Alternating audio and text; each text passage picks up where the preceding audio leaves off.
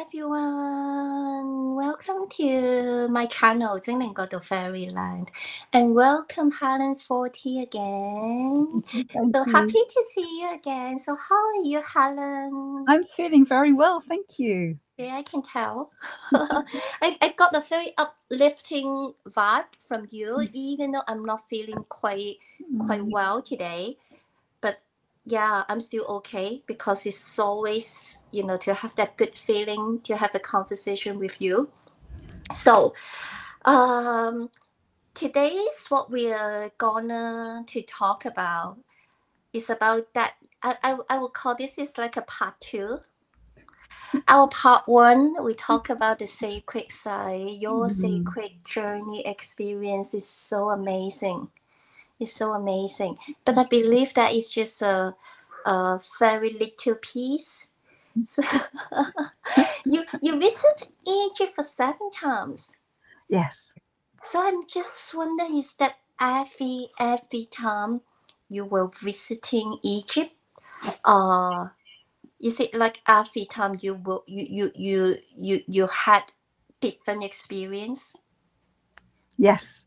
So last episode, that is what you were telling us is about your very first experience when you visited Egypt, and then that is like a life-changing, very transformational, very magical, because you have like the visuals, image, feeling about you were a leader or something in the Egypt, very ancient temple, and animal. Can you tell us, because we are very nosy? Well, firstly, thank you for remembering so well, Fairy. Yeah, because that is so amazing to me.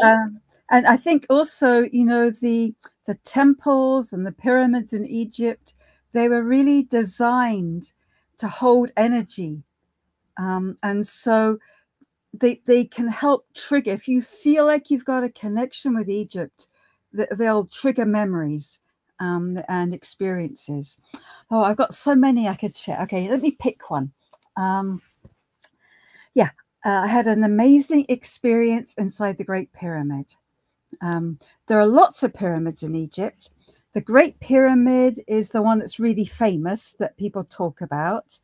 It's got different chambers. And my experience was in the King's Chamber. King's Chamber. And so to get there, you have to climb up. It's not difficult. Climb up.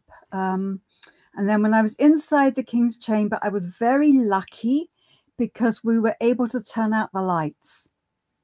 Turn out at night. So that is not a usual practice? No, because normally when you go in as a tourist, you can only be there for like a minute, 30 seconds. The lights on. The guard is saying, hurry up, more people are coming. It's very touristy. Okay. But I was lucky because I was with a group. Oh. And we had private access. Private access. Is it because that is a group tour? Yes. So that will be some special arrangement in advance. Yeah, a lot of money too. Like a fast track name, something like that. It's very difficult to organize, and it's but it's possible. Okay.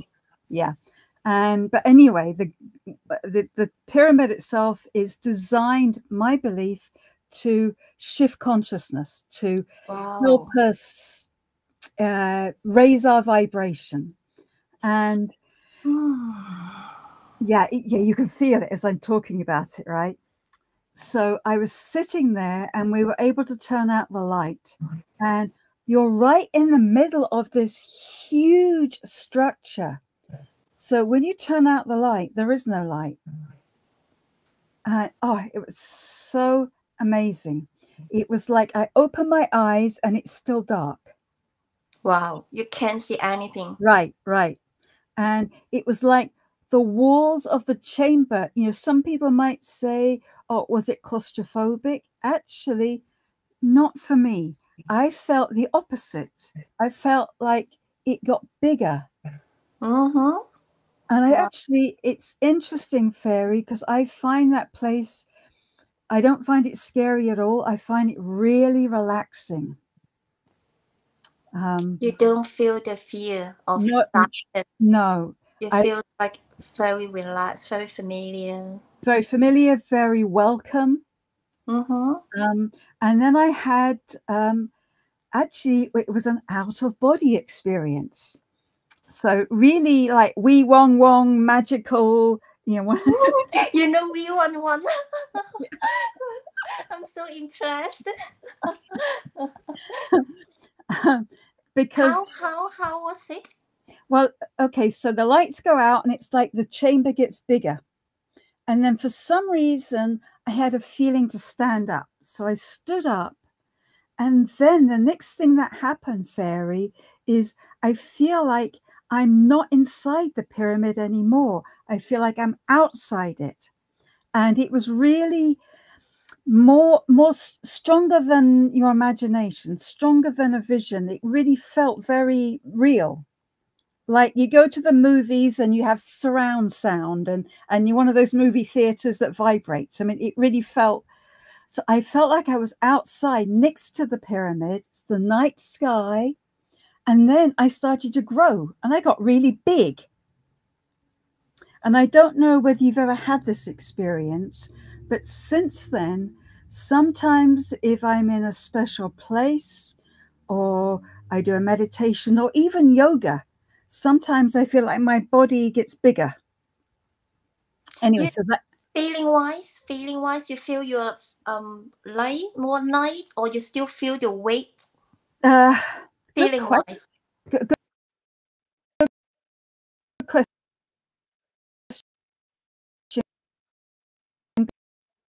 Good question.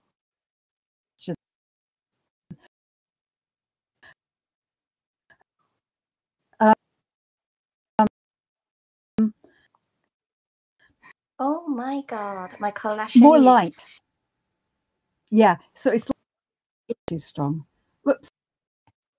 Yeah. The energy got too strong there. Yes, for a minute. You come back now. It's so weird. You know, it's just like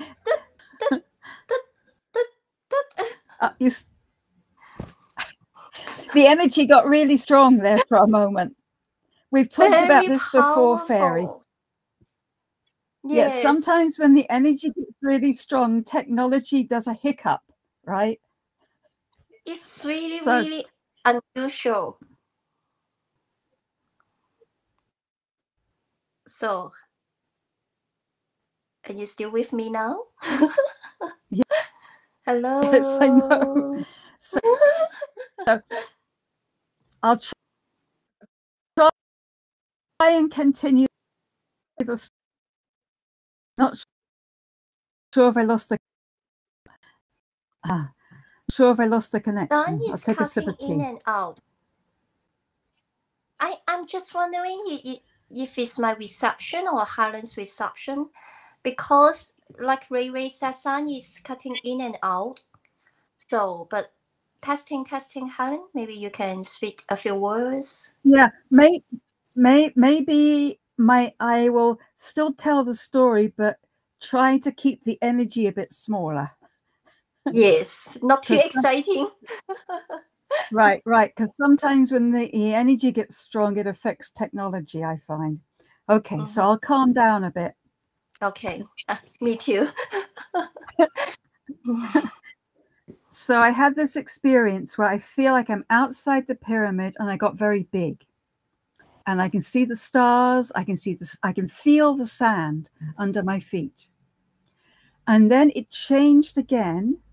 And this time I was back inside the pyramid, but I went down into the earth. And at that time in my life, I was very worried about humanity.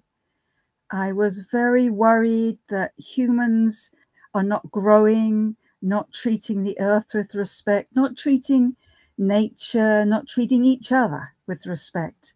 And I was worried that humanity isn't learning. And I had this amazing experience where I felt like I went close to the center of the earth. And I had this strong feeling that the earth is alive, which I think we know, but it was not just a thought, it was a real feeling. And I felt very welcome. I felt very accepted. And I asked, do we have time? Do we have enough time? You know, I was worried. And I felt like the earth responded and said that she's really patient. And she loves us and we have time. Who is she? Sorry, Helen. Who is she? The earth. The earth, Mother Earth. Mother Earth. I felt her saying that you have time, or humanity has time. And I could really feel that kind of nurturing, patient energy. And that experience actually gave me a lot of hope. So when I came back out of the pyramid, and after that, I felt less pessimistic, more positive about humanity. So that was a teaching for me and a healing for me. And for me, I think a lot of these experiences that we can have in sacred sites, that can often be a healing. Sometimes it's a big healing, sometimes it's small. And I'm sure you've had that kind of experience, or everybody is unique, everybody's different.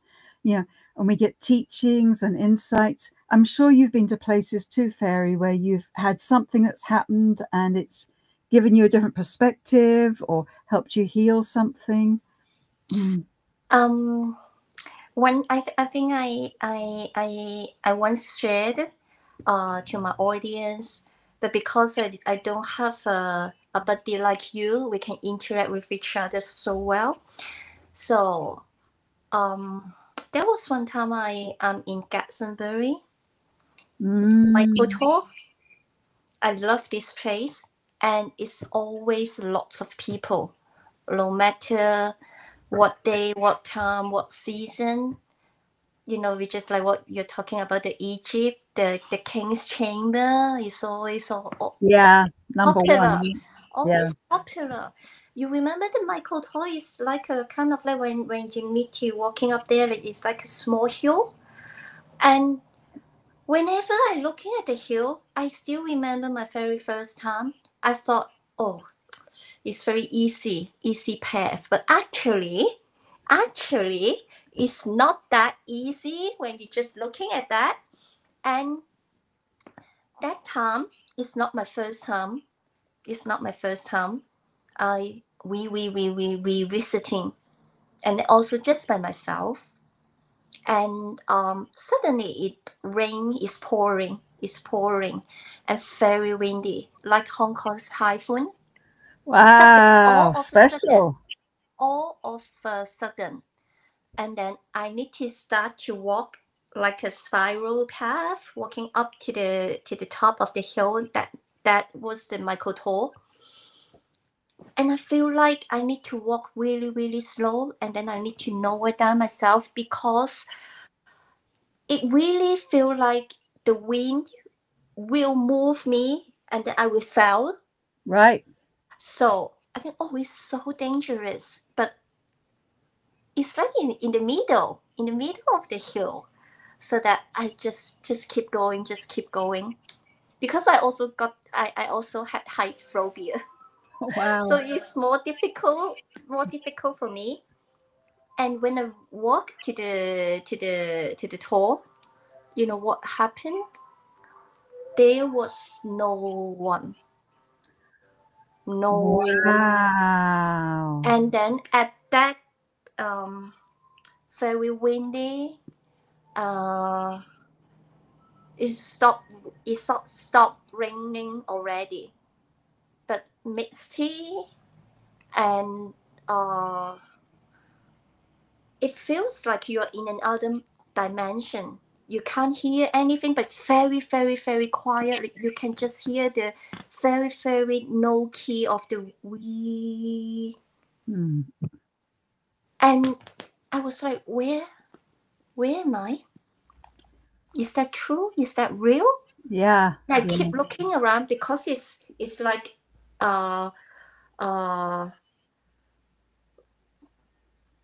you can see a lot of, because it's a certain height. Why no people? It's just like I'm in a dream. Then I walk in the door, and then I sitting there, and then I did very, very short meditation, and then I came back. I'm not sure how long. I didn't even check my mobile or something. I just feeling really, really weird. And then when I walk out the door, suddenly, at that moment, I start hear some voice. Is quite familiar, like a back to the reality. Suddenly, it's like a TV, the volume from low to high. Right. And then I start to see humans, and I'm very, very busy again. Wow. So I'm not quite sure whether I'm inside my state or I tap in maybe a previous earlier time, or with just a different dimension. I'm not sure, but I'm still very, very remember the meditation I had in the Michael tour. Yeah, those kinds of experiences, we never forget them. Yeah, because I have no one with me. I always want to check, is that real, or you're just my illusion or something? If I have a friend or a companion, I can ask her. But it's just all by myself. But I'm still remember until today. It's not just about the incident, the feeling, all the things. It's just like a dream, or it's so real, but it's not real, or maybe that is more real than our reality. Maybe. That's really sounds like a very special gift that you had that experience. So because you need so many spiritual tour, a lot of the participants to be with you, I'm sure that they also have a lot of that kind of experience. Yes, they do, but everybody's different. Yeah. So you can never predict. Anyone very dramatic, because I have a friend. She told me that she also went to something like a spiritual tour, also in Egypt. And then I forgot what she told me about the place.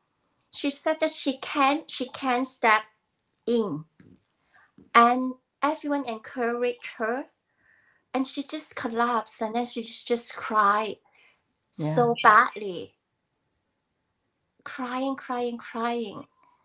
So to me, that is like a quite dramatic, emotions or response or reaction. Yeah, so, very cathartic. Yeah. So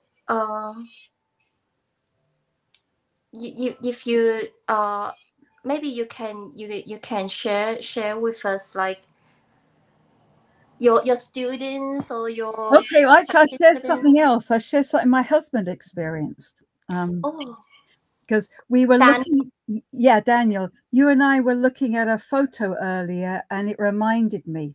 We looked at a photo of the Luxur Temple. Some photos when you're sharing. Okay, it's Luxur Temple. If you've got it, it's the outside of a temple. Maybe you've got it there, maybe you haven't. It doesn't matter whether you got the picture or not. But when you showed me the picture earlier, Fairy, it just reminded me of this experience. Let's see. Yes, that's the one. It's an amazing temple, this one. And this temple is actually laid out like a human body. Human body. It's not obvious. If you don't know it, you can't tell by looking at the plan. Okay. But as you walk through it, the entrance right here that we're looking at, as you walk through, it's like the feet. And when you get right to the end, you get to the crown of the body. So as you walk through, it activates different parts of the body. You can feel it. And so I like to, when I walk through with a group, I like to do it in like a meditative state, and we focus on the part of the body, and people sometimes have experiences. Well, not with the group, just when I was with my husband, Daniel, one time. Actually, we were preparing for a group. So I always like to do things myself first. So I'm well prepared. So we were in a part of the temple which is connected with the lungs and with breath and so on. And it was really interesting. Oh, that's Segmet. Yeah, we can talk about her in a minute too. Oh, I love Segmet. So when we were in the part of Luxur Temple to do with the lungs, my husband saw a baboon, and he really felt like he saw a baboon, not just imagined, but really saw it.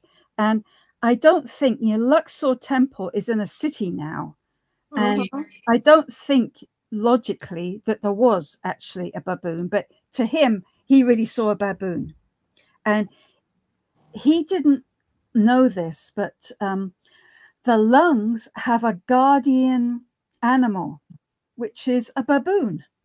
Okay. Yeah, no, he didn't know that. He thought, oh, did I see Thoth? Because Thoth is also a baboon, right? One of the Egyptian gods.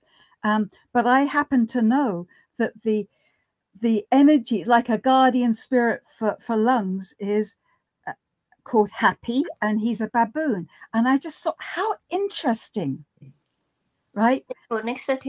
Yeah, and it was like a confirmation. It was like reassurance. Yeah.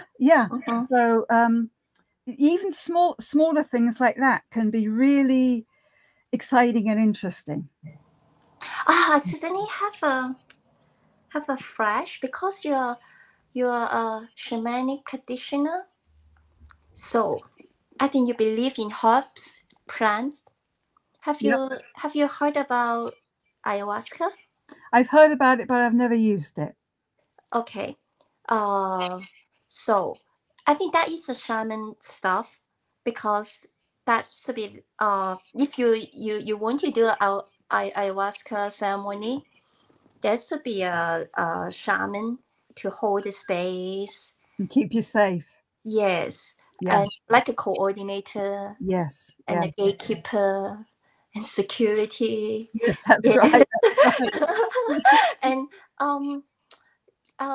but because that is quite controversial, the things. I just want to know about your perspective, even though you didn't try about ayahuasca. But do you have any opinion, or what is your thinking? What is your point of view?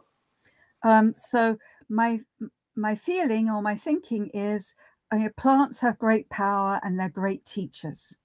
And if you're doing spiritual work or shamanic work, it's part of it to get into trance or other realities, get into the spirit world. And one way to do it would be through ayahuasca or spirit medicine. And if that's what somebody feels called to do, then that's fine.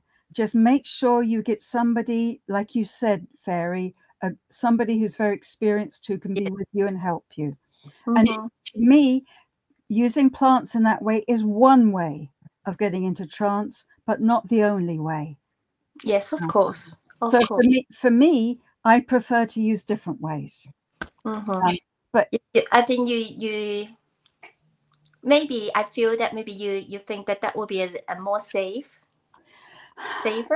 because ayahuasca, why I'm saying that it's more safer is ayahuasca is really strong. That is like the king of the medicine or queen of the medicine, and it's very, very strong, like the tools. If a very, very sharp knife, right, use it correctly, yes, it can be very powerful. Yes. But if you don't use it in the correct way, you may harm yourself. Yes, I would agree with that. So if you're going to do that, please find somebody who's got a good reputation or your friends recommend, and be cautious. Or getting some more information, doing more research. Exactly. So yes, I know people who've had amazing experiences doing that. For me personally, I find other things do that for me. I find sacred sites. I find sound can do it for me. And strong emotion can do it. And sometimes it just happens. And cacao ceremony. Yeah. So you're not really, you're a shamanic practitioner, but you're not really into like the herbs or the plant stuff. Not in that way. No. Not in that way. Yeah. I mean, just like I'm sure you do, Fairy. Of course, I use smells, essential oils, and I use sage and incense, but not in the way for going into trance like that. I got it. I respect people that do. But just not your thing. Right. There are many ways of doing shamanic work. Yes, that's true. Okay. Yeah. Thank you. Yeah, you're welcome. We can carry on the Egypt. Okay. Yeah. So you just showed a picture a moment of Segmet. Yeah. Do you want me to show it again? Oh, I love Segmet. Who is that? Who is Segmet? Can you tell us? Segmet, yes. Oh, she's an interesting energy. She's very different from Isis, very different from Isis. And Hathor she's Hathor. She's both different from Hathor and also the same. Because they say Hathor and Segmet are two sides of the same thing. Oh, wow. Yeah. Like yin yang. Yes, exactly. Yeah. And one can transform into the other. So Segmet, she's of course a lioness, and the understanding of lioness energy being powerful is a very ancient understanding. And it's interesting that they chose lioness, not lion. Not lion. Right. Oh, wow. Yeah. And so Segmet, she's many things. She is a healer, but she is also a protector. And what I find interesting, is very different. People who trained in the Segmet temple, they do different training than, say, in the Isis temple. See, my training in another life, it was from the Isis temple. And Isis temple healers are like you and me, Fairy. They're have a lot of empathy, very kind, very compassionate, very forgiving, very accepting, very loving. Segmet, she's like a surgeon. Wow. Right. Different energy. And she can also kill and destroy. And when I was first really thinking about this, I thought, how can somebody be a healer and kill? How is that possible? Because, I'm from the Isis temple, right? It's like a Michael. Yeah, exactly. With like the Michael. To cut and to cut off like the, I'm trying to translate the words from Chinese to English. Like, to cut off the energy is not serving you, or to protect you. Exactly. Exactly.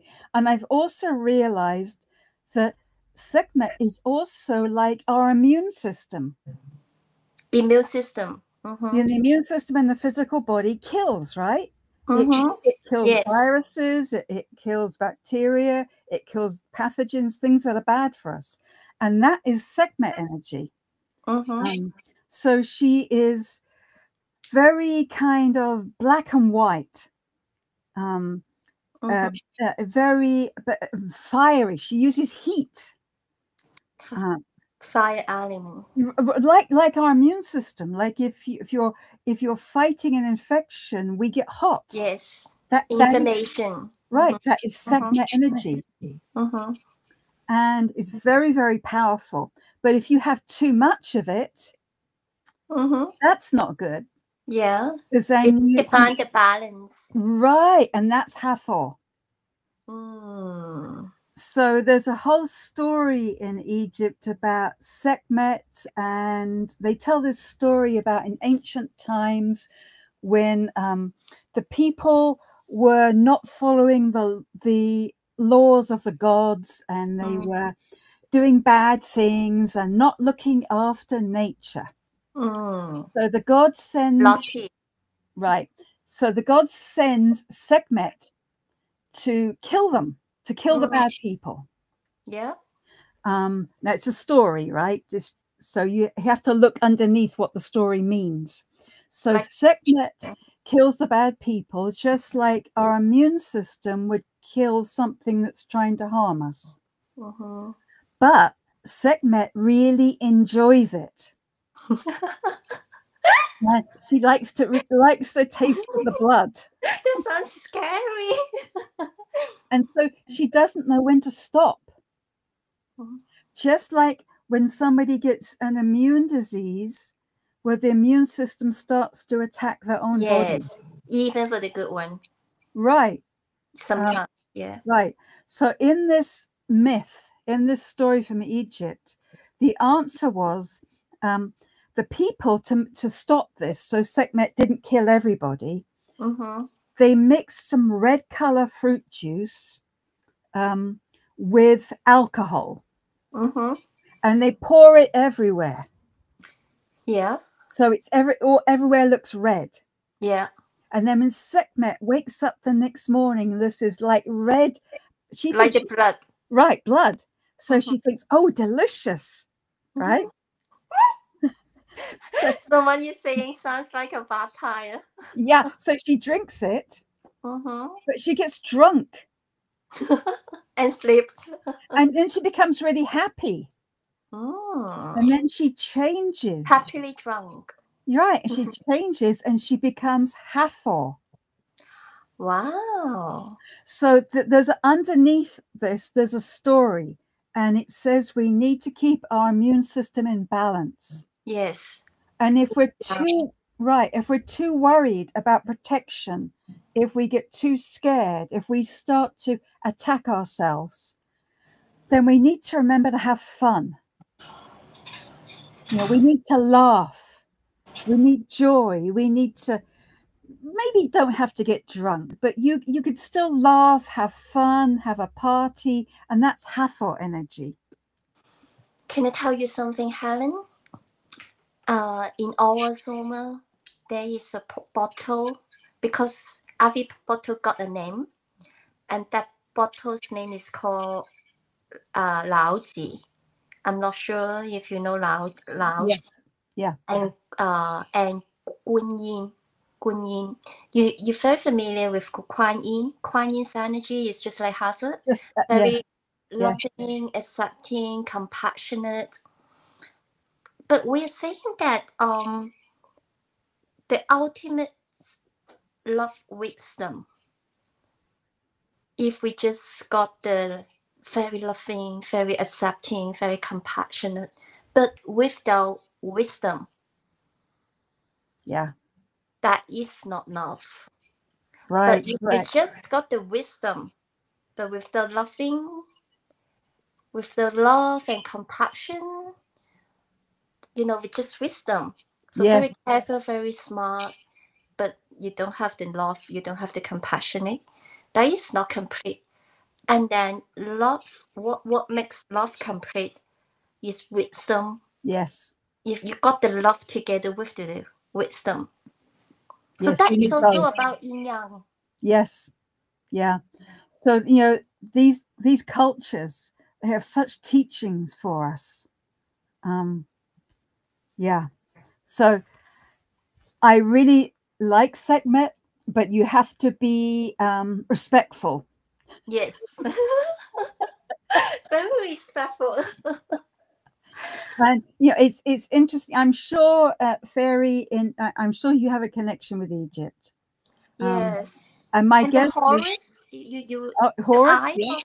Horus, like, Yes. you know, my company logo. I have a small studio in Hong Kong, but because when I moved to UK, I'm not running that anymore. So that I used it to got my logo. The idea is about the Horus, the eyes, yeah, and then with a triangle. Oh, and yeah. different color. Yeah. Yeah, that's also a very powerful symbol and means many different things. But one of the meanings of the eye of Horus is it's the eye of the sun. Mm-hmm. And one of the names of Segmet is the eye of the sun. Same. So it's about the really hot part of the sun, the center. Yes. It's like the sun in August at midday. Yes. That really, the most powerful, the most heated. Right. Yeah. So do you know your Maya? Your Maya's no, I don't. Because my king is a yellow sun. Wow. Yeah. It's all connected. Yes, I agree with you. All connected. Yeah. Different tools, different systems. If it's from the above, it's all connected. All connected. And I love it when you find a culture where they're teaching the same thing in different way. Yeah, like when I went to the Yucatan, which is Mexico, the Maya country. Oh, have you? Yeah, it's fabulous. I learnt about the jaguar, Balaam. What is jaguar? Cat like leopard. Oh, yeah. Has those spots, those markings. Yes. So it was very interesting when I was in the Yucatan, one of the shamans there, he told me that those cat spots, they symbolized the stars at night. Yes. Right. Guess what? In Egypt, it has the same meaning. The same thing. Yep. Different parts of the planet, different cultures, same understanding. It's so unbelievable. You know, so many 2,000, 3,000, or even longer years ago, we don't have satellite, we don't have any technology, but it's so accurate. Yes. Yeah. And I do wonder how much, people like the Mayan, the Egyptians, they had received teachings from an earlier civilization. Yeah, because we're saying that they're alien. Alien means they're not really the knowledge, the technology is not really from the earth, actually. Yeah. Well, maybe we're all from the stars. Yes, who knows? So I think the Egyptian goddess, like what we're just saying about Isis, Hathor, Segmet, they're often associated with divine feminine, not Segmet, but the Isis, Hathor. So did you feel a specific connection or receive any messages from these goddesses? Yes, so many. But I tell you one thing in particular I learned, Fairy, that they told me, and because it can be very confusing when you're exploring Egypt and you're learning about the goddesses, and say in one temple you see a picture of Isis or Isis, but she looks like Hathor, and then you also learn that Hathor and Segmet are the two sides. So it seems like right. Well, they told me really there's only one goddess. Yeah. So they are, they're all aspects of the divine feminine. Like us, we have so many. We have inside, we have the outside. Yes. It just depends when we're dealing with different scenario, different situation, or facing with different people. A certain quality or attitude will be revealing to the others. But actually, we got all of them. Yes. And they also told me that actually in Egypt, the deeper understanding was that there is only one divine energy. But it's too confusing. It's too complicated. It's too big for humans to really understand. It's easier to understand if we say, okay, Isis energy is like this, Kunyam energy is like this. Yeah. But it's always more than that. Yeah. Yeah. But it's not really separate. Mm-hmm. So what kind of messages like you feel like, wow, that's powerful? Or well, I think the message about learning about the immune system was a very powerful message. Yes, the immune system. Yeah. One of the things, because I was really training in the Isis or Isis temple in past life, and that's very much a part of who I am. One of the things I realized is, and this might apply to you as well, Fairy, anybody who has trained in that temple as a healer, we learned, and if we're with somebody who is struggling, who is emotionally struggling or physically struggling, we have an ability to take that energy into ourselves in order to transform it.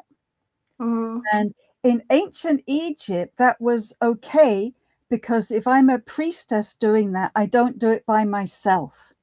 I have other priestesses helping me so that we can digest it and process it, and I don't get sick. Like a share pool. Yes, exactly. But this lifetime is different. Yeah. This lifetime, I might be doing healing work by myself. And so it's not, I have to be it's so instinctive for me to do that. I have to learn from Segmet this lifetime. It's just like autopilot, very natural. Yeah. Maybe you you didn't even realize you're already doing that. Yes, it's automatic. Yes. But it's not, if I was just one person, it's maybe too much for me. Yes. So this lifetime, I have to add to what I learned from the Isis temple. And I have to learn more from Segmet. Because Segmet is very good at saying no. Yes. She's good at a boundary. The boundary. Yeah. So we don't just learn from one, we learn from many. Yeah. Yeah. That is really important as of a healer nowadays, in modern days. Because it's different, right? It's different. Because if we are in Egypt, we're working with a big group. We have a lot of people supporting us. We can't use the same way we used it to be, because everything is different. Everything's different. Yeah. So we can still learn from that knowledge, but we have to be mindful of where we're living now. Yeah. Yeah. And our capacity, our name. Yes. Sometimes so that's actually for me quite a difficult lesson. I'm still learning that one. Because you're a loving person, you want to help. That is your instinct. Yeah. But you need to know how to consciously to set the boundary. Yes. Yeah. Otherwise, that is over your limit, over your capacity. Oh, so then we're back to the square one. We need to learn how to love ourselves first. Yes. Yes. And that's where some more of the wisdom comes in too. Because if I can't take my client's illness into myself, I need to help my client heal it by them on their own. Yes. So for that, I need to have more skill. I need to have more wisdom. I need to have more teachings so I can help that person. So there's always a way. Yeah, of course. Yeah. So after I think we have touched this part 2 weeks ago. After returning to our real life, how do you continue staying connected to the energy of the sacred site? That's a really good question. And actually, a different answer to share with that as well, because you could say, well, why not just live at a sacred site all the time? Right? And the reason you wouldn't live there all the time is like it's too much. Too powerful. It's like you're drinking all the time. Overwhelmed. Yeah. So for me, my experience is that when I go to a place like that, it will often change me, and the change stays with me. Yes, but the thing is, how do you bring that feeling, the change, into your work, your spiritual practice, or your relationship? Well, that's a good question. And sometimes it takes time. The last trip I did to Egypt was in April this year. And Daniel and I were leading a group. And we went to some very powerful places. It was amazing. And I have been there several times. And I think, okay, I can come home and I can carry on with my work, right? Mm-hmm. But I find I come home and I'm still processing. Yes. Your memories are still coming up. I'm still getting lessons. It's not just when I'm there. And I need time. I need time to integrate. Unfolding. Yes. Yeah. Yeah. And I think most people, I'm sure it's happened with you too, Fairy, like when you came back from Glastonbury, it takes time. Takes a lot of time. I tell you a really funny story. I don't know whether you remember the first time I went to Avery or Glastonbury, because I need to do the attunement of my Reiki master. That's right. And then before that, my teacher shared me some stories, because she got some student. She just told me that I'm not saying that you will be experiencing that kind of things, because a lot of my students feedback me. They have some similar situation. So I just want to give you a heads up. Because that is the Reiki master, the attunement is a big thing. Yes. So that you have to prepare. Maybe there will be some life-changing events after that, like, because still processing. Maybe not when you're just back to work or back to Hong Kong. It will happen maybe a while later. Yeah. Maybe you will be seeing the changing over the time. And I just want to tell you, if really something happening like that, don't be scared. Right. Yeah, I just want to give you a heads up.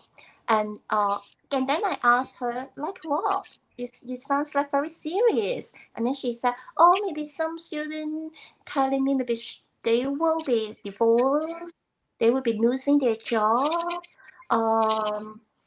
Very, very important life event. And I said, oh, okay.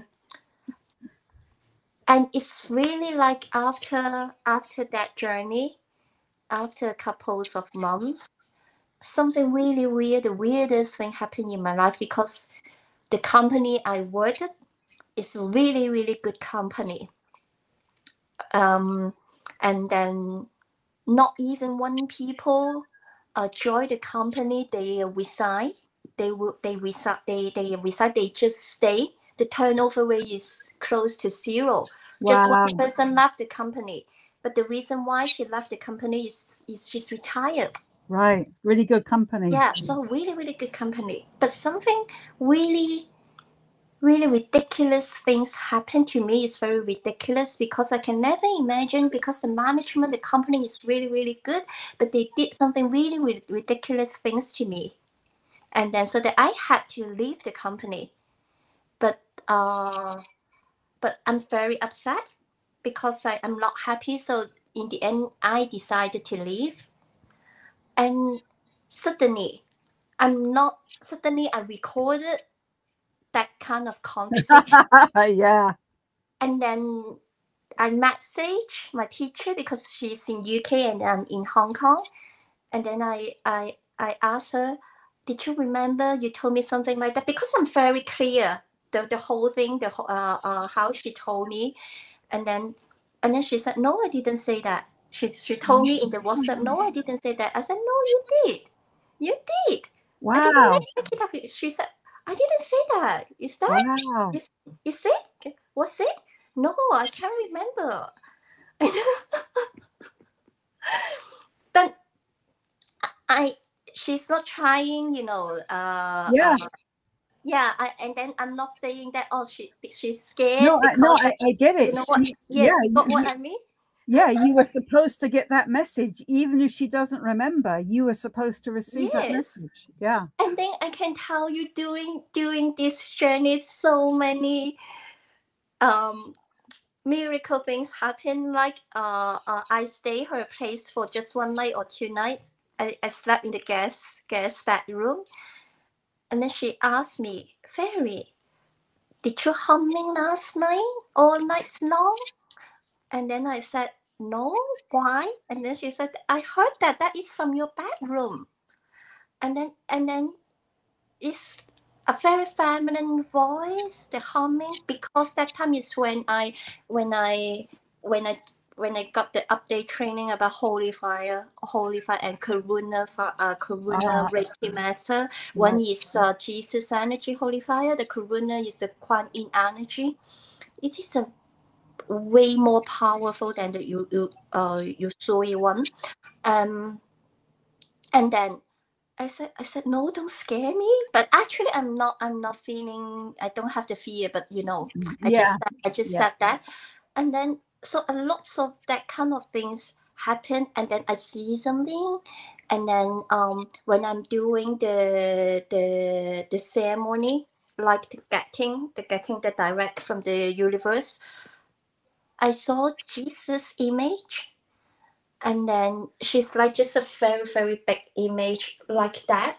Right. And then his hands is stacked on me. My throat chakra. You know what he said? I didn't share anywhere my very first time, because to me, I'm very worried about people will think I'm insane. He said that from now on, whatever from your voice is only about healing. Whoa. But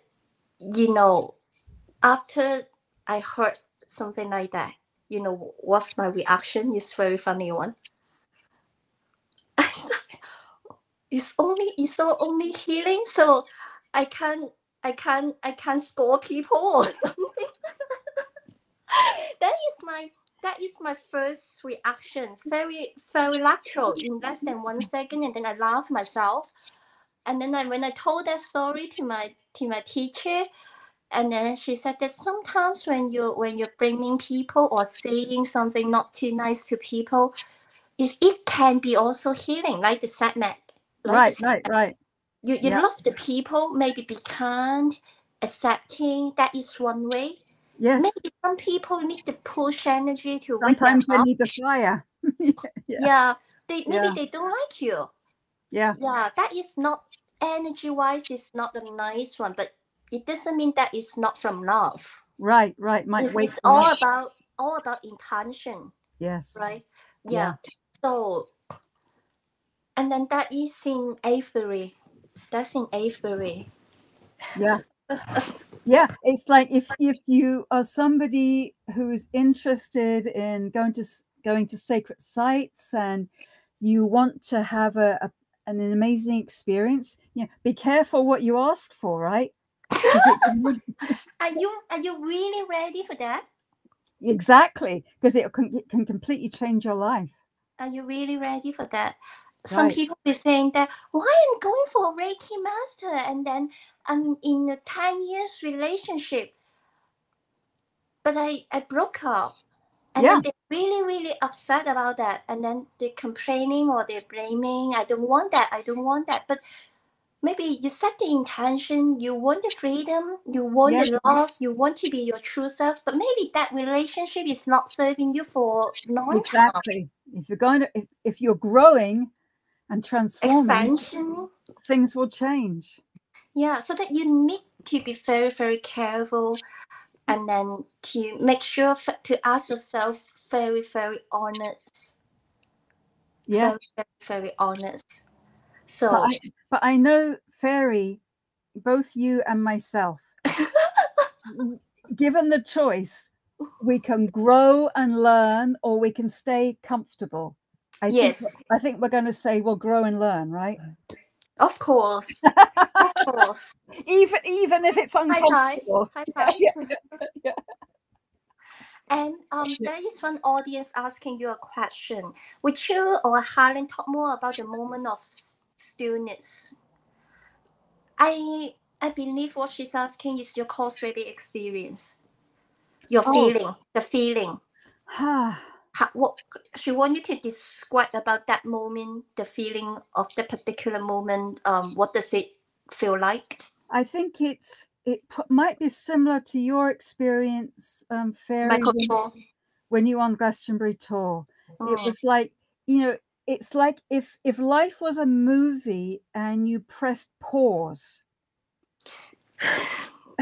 It's like, of course, life is still going on around me, but it's like I'm going at a different speed, or it's very hard to describe. Maybe the person sending the message, maybe she's had a similar experience. It's like sound is a bit different. It's like 1 second becomes half an hour or something. It's no time. It's time. Yeah, and I felt connected to everybody. I felt love, real love,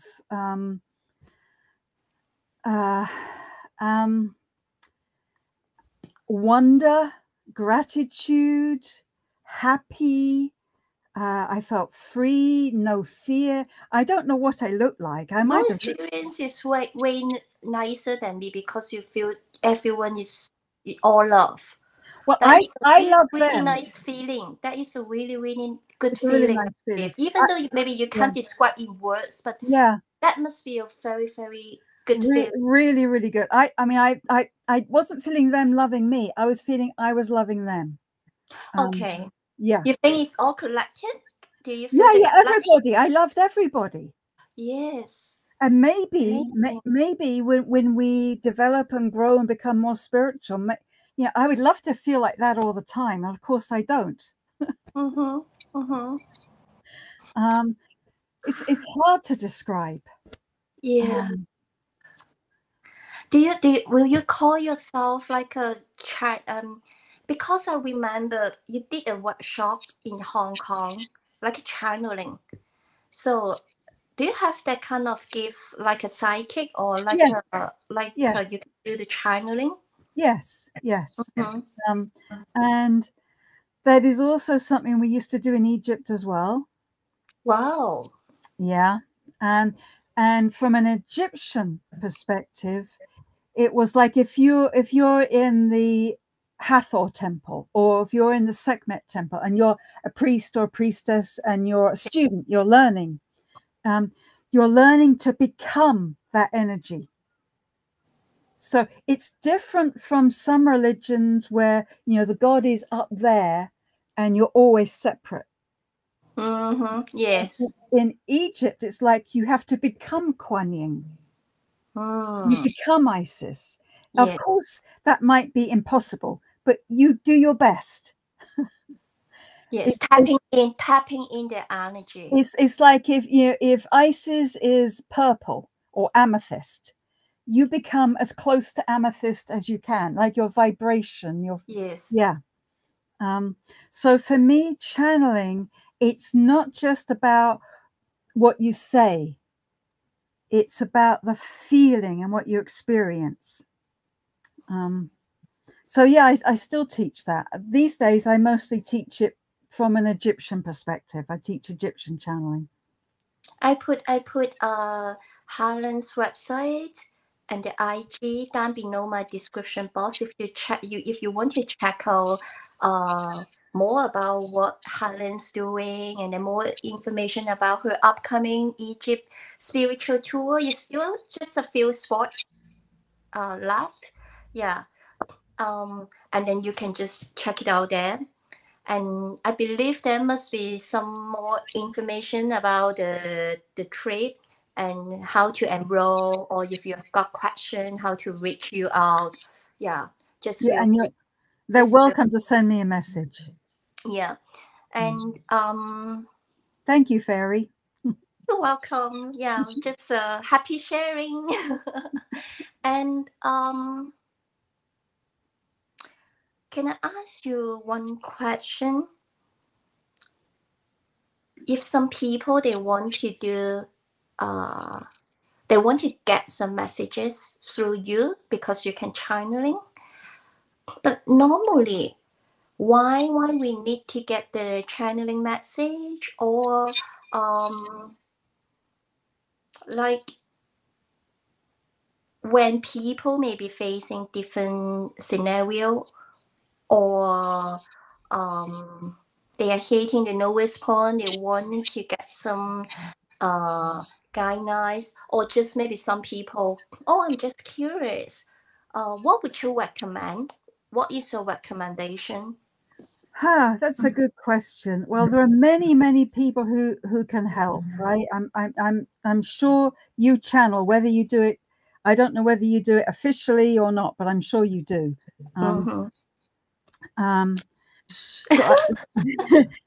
So I think it's normal for people who are healers or who do readings to do that. And there is a really, we're here to help each other, right? So sometimes I can't get a message for myself. Yeah. Because, I'm too close. So I need so I need somebody else to get a message for me. Yes. I think that is normal. One word of caution with channeling. Sometimes, particularly you'll see this with people who are very famous channelers. Sometimes the audience, they nobody who channels is always 100% accurate, because as people we are like filters. And even the best person, the best psychic, the best channeler, they're never 100%. So if you go for a reading, it's really important you also trust yourself. And sometimes if somebody is voice channeling, the voice changes, the face changes, it can seem, it's very impressive. But the danger is fashionable. The danger is that the client then puts the channeler right like on a pedestal. Pedestal. And believes everything and doesn't check with themselves. And fitting in. Sometimes they will be fitting in. Yeah, maybe. Right? Maybe. Yeah. If they, I mean, if without checking in. Yes. Yeah, that would be one possibility. Yeah. They're just fitting in. Yeah. Yes, exactly. So I think, I think most channelers and psychics are authentic. I've actually, everybody I've met who channels, everybody I've met who's a psychic, they're authentic, they're doing their best. But if you're going for a reading, please check with yourself as well. Like for example, there's somebody I knew who he used to come for me for readings, and he was always worried about his health, and because somebody had once told him he was going to die young. And a reader or a channeler can have a big influence, because if you're like a client, it's like you're in hypnosis in a way. Yes, I agree with you. So, if you go for a reading and they say, "Oh, you're going to die young," that could have a big influence. You could really believe it, and maybe it's not true. Their belief system. Yeah, maybe it's not true. Maybe that psychic was wrong. So you have to be a bit careful. Yeah. So that is a question. Maybe it's not relevant, but just see if Helen, just see if you want or you have any insights about the question. It says, if I'm an introvert but needed to do a lot of presentation at work, how can I help myself? Okay, I understand that. I'm actually quite a shy person. And by nature, I'm more introverted. So I really understand that. Me too. Yeah. And I can tell you how I approach it. For me, it's like taking a cold shower. Not hot shower. Right. Cold shower. Right. I know a cold shower is good for my health. Right? Actually, I'm doing that right now. I have a hot shower, and then right at the end, I have a cold shower. Yeah. Right. I know it's good for me. I don't like it. But if I think about it, I won't do it. So something like if you have to give a presentation at work, when the time comes, it's 2:00, it's time for my presentation. Don't think, just do. It's like there was a waterfall. I don't know if you know. Have you been to Cornwall yet, Fairy? Not yet, but Helen, I may be going south in August. Okay. In August,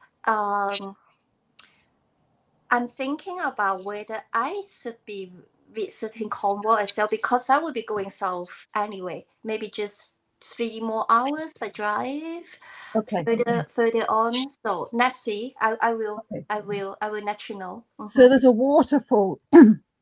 Excuse me, a waterfall in a special place in Cornwall. Waterfall. Yeah, I know that place. Okay, it's called St. Nectan's Glen. It's very fairy energy. It's very sacred, and the water is there. And the water is very cold. Now, I am somebody, I don't like talking in public, and I don't like cold water. And so, but if I take like a client to St. Nectan's Glen, whereas there's the waterfall, I know it's really magical to go in that water. I'm not going to ask somebody else to do it unless I'm willing to do it myself. Yes. So I've actually done it many times. But when I'm getting into the water, it's like talking, giving a presentation. I just decide I'm going to do it. I don't think, shall I do it? Will it be cold? Will I fall? Will I do it well? I just do it. It's the only way for me I can discipline myself to do it. So I think if the person who's listening right now, I know you are going to do a lot of research. I know you will prepare. I know you will do a fabulous job. Introverts are usually people who think a lot. Yes, I think. Introverts usually have a lot of insight. So I'm sure what you have to share and say will be really good. So yes, you can do your preparation, but when it comes to the time, don't think, will I do it well? What will I look like? What are people thinking about me? None of that. You're just going in the cold shower. You're going in the cold waterfall. Just decide to do it. That's the only way I know how to do it. I hope it helps. I think practice makes perfect. And then you do it 1 time, you do it 2 times, you do it 3 times, and then you'll be getting used of it. Yes. It's like some people, at least your feeling wise, it's not about whether you have a good performance, because everyone, they maybe have different standard. Maybe everyone prefer it in some certain style. So it's not about you're a good speaker or right. not. Sometimes when you're feeling happy, you're feeling okay, and then people just get the feeling, oh, that is a good talk. Right. And I can promise you, it's not about whether you use the correct words. Yes. Or what you look like. Everybody's different, and it's going to be fine. You'll do a really good job. And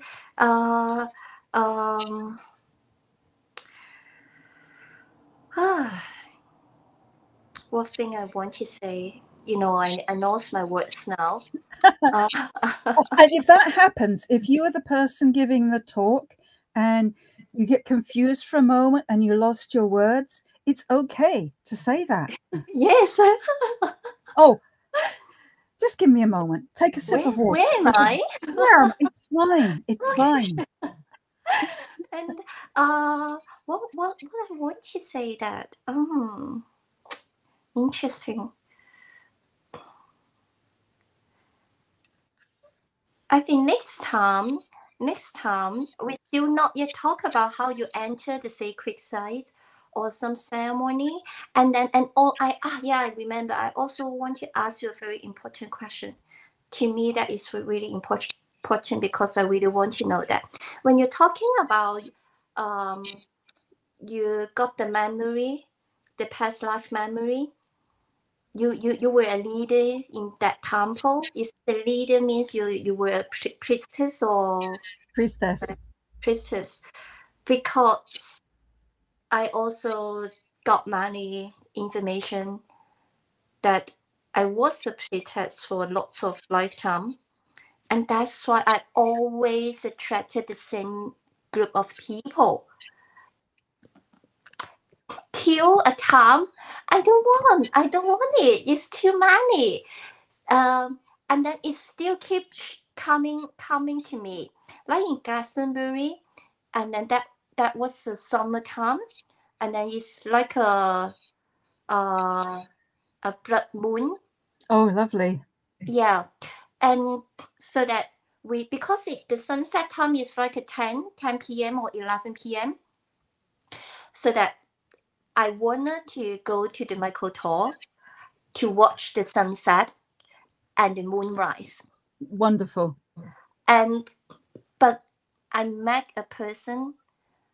I don't even know whether I can call this he is a human or he is not, because he doesn't look like a human. Not just by his there's a lot of those in Glastonbury. Yeah, but not like that. Not by that his I was making a joke, I know. And the way, and then his swag, and then his behavior, lots of things. He walked with his bare foot. Okay. He walked up to the Mikoto. Yeah. And then he told me that we will have some kind of a drumming or something by my friends. If you're interested, just come. So that I came to the Mikoto, and then there's a group of women, and that is a guy, and then suddenly they're drumming, and then some people mocking the wolf son, and watching the moonrise, the blood moonrise, and then all the thing is so powerful. And then suddenly I was like, oh my god, I really want to record that or to capture the moment. And suddenly that guy next to me, he said that, oh, they're all priestess. And then I was like, oh, what, again? So I always meeting the same group of people, even though I'm not purposely, I'm not intended to, but you cannot control that. It's so natural. So that I just want to ask you, are you a priestess, or because you use the word leader? It's because of your vibration, right? Yeah. We attract to us similar energies. Yeah. And maybe some collection like the same soul trap or something. That's right. Okay, so Helen, really good to talk to you, and time flies. And the feedback is I appreciate your advice. I just did a presentation this week to a group of clients, one of them being kind of nasty, pointing out why I didn't start on time, and gave me an attitude the whole time. Well, that's horrible. When someone behaves like that, that's criticizing you, you need to remember that they are probably very self-critical. Yes. If someone's pointing a finger at you, there's 3 fingers coming back at themselves. And they're judging. Maybe they're judging. Yeah. Themselves the most. I can promise you, I would not want to be that person. I bet you they're really hard on themselves. And do your best not to take it personally. That is the way what we can do. We can't change the other people, but we can, that is something we can do. Yeah. Okay. So Helen's Egypt spiritual tour next year, February. Yeah, go to her website to check the information, and a lot of different things, like different workshop, I believe. Yeah, I'm going to be in Hong Kong in September, October, and then I'm in Malaysia. You can find the information on the website, or you can send me a message. It's fine. Yeah. So see you 2 weeks later, Helen. Thank you all. And then I got one super sticker from my friend Pat Ho. Thank you, Fairy and Helen, for sharing as always. Thank you, Pat Ho, as always. Yeah, and thank you. everyone. Thank you for your feedback. Thank you for watching. And one more thing I forgot. Sorry, Helen. Okay, if you could offer one sentence, just one sentence, to those who are also on their own spiritual journey, what would it be? I hope that is not too hard for you, because just one sentence. Okay. Thank you. Thank you for choosing to incarnate and go through this experience, because you are helping everybody by doing this. Same to you, Helen. Thank you for your courage. I know that's more than one sentence. Thank you. So see Helen, and see you guys 2 weeks later. Okay. Bye-bye. Bye-bye. Thank you, Fairy. Thank you.